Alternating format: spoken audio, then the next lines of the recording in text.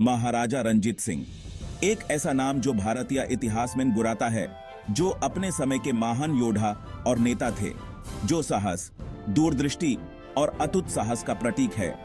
उन्होंने अपने जीवन में ऐसे कई कदम उठाए जो आज भी प्रेरणा का स्रोत हैं।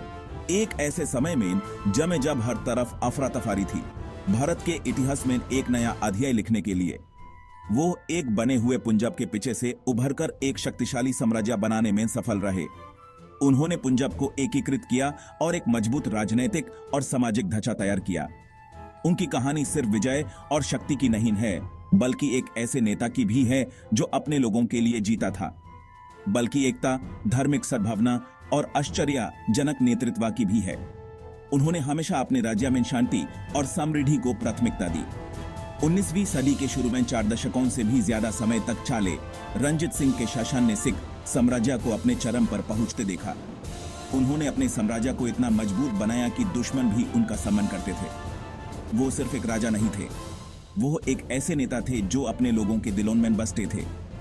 वो सिख पुनरुत्थान का प्रतीक थे, आशा की किरण थे और एक ऐसे शासक थे जिनका सम्मान उनकी सीमाओं से बाहर तक था। उन्होंने अपने राज्य में एक नया सूरज उगाया और एक ऐसे शासक थे जिनका सम्मान उनकी सीमाओं से बाहर तक था। उन्होंने अपने राज्य में एक नया सूरज उगाया। उनकी प्रशासनिक क्षमता और सैन्य योग्यता ने उन्हें एक अमर नेता बनाया। यह निबंध इस महान व्यक्ति के जीवन और समय में झांकता है, एक युव प्रमुख से लेकर आदरणीय महाराजा तक के उनके सफर की खोज करता है। हम उनकी सैन्य विजयों, उनकी प्रशासनिक क्षमता और एक ऐसे एकता करने वाले के रूप में उनकी विरासत का पता लगाएंगे जिन्होंने भारतीय उपमहाद्वीप के सांस्कृतिक और राजनीतिक दृश्य पर एक अज्ञात छप छोड़ी। एक युग प्रमुख से लेकर आदरणीय महाराजा तक के उनके सफर की खोज करता है। हम उनकी सैन्य विजयों, उनकी प्रशासनिक क्षमता और एक ऐसे एकता करने वाले के रूप में उनकी विरासत का पता लगाएंगे जिन्होंने भारतीय उपमहाद्वीप के सांस्कृतिक और राजनीतिक दृश्य पर एक अज्ञात छप छोड़ी।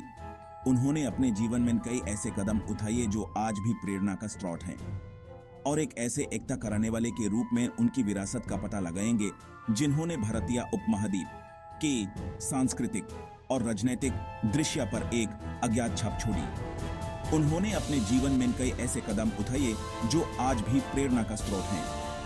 उनकी कहानी सिर्फ एक राजा की नहीं, बल्कि एक ऐसे नेता की भी है जो अपने लोगों के लिए जीता था। मेरे साथ समय में पीछे की और यात्रा में शामिल हों महाराजा रंजीत सिंह पंजाब के शर की दिलचस्प कहानी को उजागर करने के लिए। यह कहानी हमें उनके जीवन के अनेक पहलुओं से रूबरू कराएगी और हमें यह समझने में मदद करेगी कि कैसे एक व्यक्ति ने इतिहास को बदल दिया। 13 नवंबर 1780 को जन्मे रंजीत सिंह का बचपन सुख सुविधाओं और विपाटियों दोनों से घिरा रहा। उनका जन्म एक समृद्ध परिवार में हुआ था, लेकिन उनके जीवन में कठिनाइयों की भी कमी नहीं थी। उन्होंने अपने बचपन में ही जीवन के कई रंग देखे। वो सुकरचाकिया मिसल के उत्तराधिकारी थे, जो एक शक्तिशाली सिख मिसल था जो कि उस समय के पंजाब में स्थित था जहां हर तरफ विवाद चल रहा था। यह मिसल अपने समय में एक प्रभावशाली शक्ति थी, लेकिन इसके साथ ही इसमें भी आंतरिक तनाव और संघर्ष थे। छोटी उम्र में ही चेचक ने उनकी एक आंख की रोशनी छीन ली, जो उस समय की सीमित स्वास्थ्य सेवा का सबूत थी। यह घटना उनके जीवन पर गहरा प्रभाव छोड़ गई, लेकिन उन्होंने इसे अपनी कमजोरी बनने नहीं दिया। हालांकि इस शारीरिक कमी ने उनके हौसलों या उनके बढ़ते नेतृत्व गुणों को कम करने के लिए कुछ नहीं किया। उन्होंने अपने आत्मविश्वास और दृढ़ संकल्प से साबित कर दिया कि शारीरिक कमियां उनके मनोबल को कमजोर नहीं कर सकती। राजनीतिक चालों और निरंतर युद्ध के बीच पलने बढ़ने वाले रंजीत सिंह ने रणनीति और कूटनीति की कला जल्दी ही सीख ली। उन्होंने अपने परिवार और समाज के नेताओं से सीखा कि कैसे राजनीतिक स्थिति का फायदा उठाया जा सकता है। उन्होंने एकता की ताकत और आंतरिक कलह से होने वाले विनाश को खुद अपनी आंखों से देखा। यह अनुभव उनके जीवन के लिए एक महत्वपूर्ण शिक्षा बन गया, जिससे उन्होंने सीखा कि एकता और सामाजिक समरसता कितनी महत्वपूर्ण है। यह शुरुआती अनुभव एकीकृत और मजबूत पंजाब के लिए उनके विजन को आकर देंगे। उन्होंने सपना देखा एक ऐसे पंजाब का जो एकता और शक्ति का प्रतीक हो, जहां सभी लोग मिलजुल कर रहें। एक किशोर होने पर भी रंजीत सिंह ने आश्चर्यजनक साहस और सैन्य कुशाग्रता का प्रदर्शन किया, जो उनके आगे चलकर एक महायोद्धा बनने का संकेत था। उन्होंने अपने जीवन के प्रथम युद्ध में ही अपनी वीरता और युद्ध नीति का प्रदर्शन किया। सिर्फ 17 साल की कम उम्र में अपना पहला सफल सैन्य अभियान का नेतृत्व किया। यह अभियान उनके जीवन का एक महत्वपूर्ण मोड़ था, जहां उन्होंने अपने शौर्य और नेतृत्व का प्रदर्शन किया।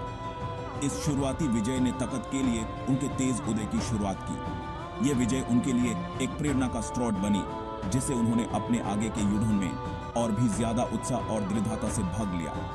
महत्वाकांक्षा के बीज बो दिए गए थे और अब ये बीज एक मजबूत वृक्ष बनने के लिए तैयार थे। यह वृक्ष जो आगे चलकर पंजाब के इतिहास को नए आयाम देगा और रणजीत सिंह को एक महान नेता के रूप में स्थापित करेगा।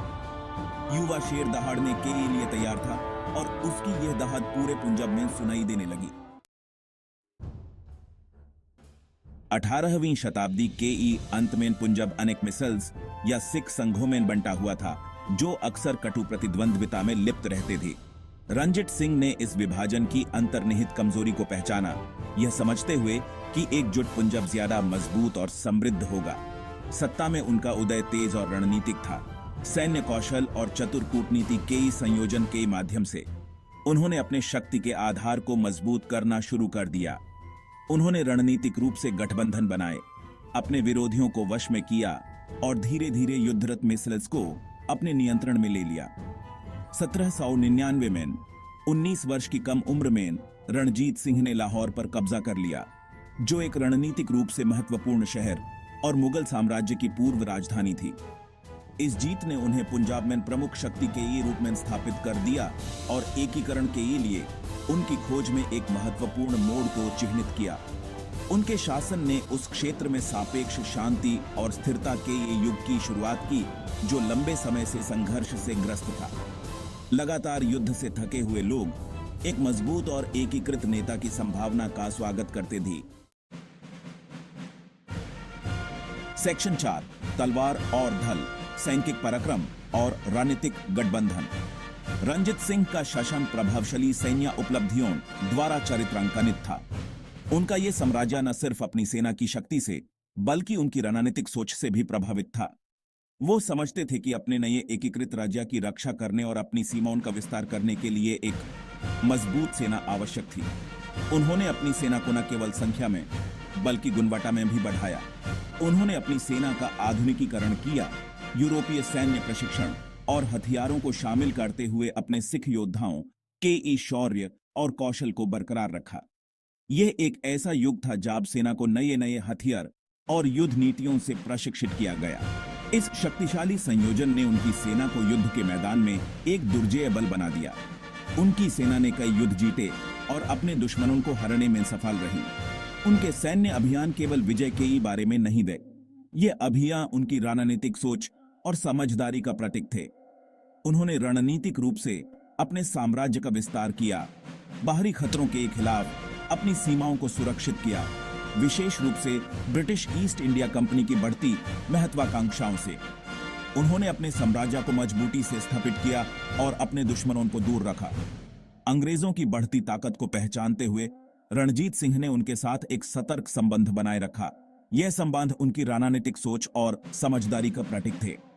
उन्होंने कूटनीति में संलग्न होकर संधियों पर हस्ताक्षर किए, जिससे उनके साम्राज्य की स्वतंत्रता सुनिश्चित हुई और साथ ही व्यापार और संचार की अनुमति मिली।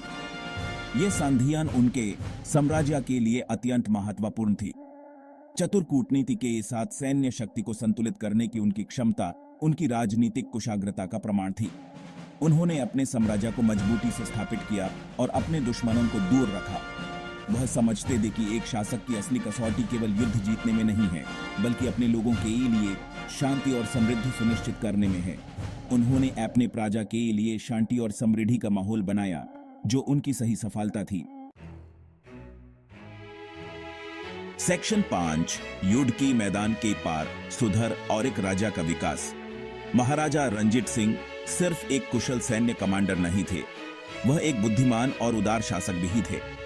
वह समझते थे कि एक राज्य की असली ताकत उसके लोगों की भलाई में निहित है। उन्होंने कई महत्वपूर्ण सुधारों को लागू किया, जिन्होंने पंजाब को एक समृद्ध और प्रगतिशील राज्य में बदल दिया। उन्होंने राजस्व प्रणाली को सुव्यवस्थित किया, उचित कराधान सुनिश्चित किया और कृषि उत्पादकता को प्रोत्साहित किया। व्यापार के महत्व को समझते हुए उन्होंने बुनियादी ढांचे का विकास किया वाणिज्य को सुविधाजनक बनाने के लिए सड़कों और नहरों का निर्माण किया। उनके शासनकाल में पड़ोसी क्षेत्रों के साथ व्यापार का विकास हुआ, जिससे उनके राज्य में धन और समृद्धि आई। शिक्षा एक और क्षेत्र था जिस पर उनका ध्यान गया। उन्होंने अपने विषयों के बीच शिक्षा और साक्षरता को प्रोत्साहित करते हुए शिक्षण संस्थानों की स्थापना की। उन्होंने विद्वानों और कलाकारों को संरक्षण दिया, अपने दरबार में एक जीवंत सांस्कृतिक वातावरण को बढ़ावा दिया।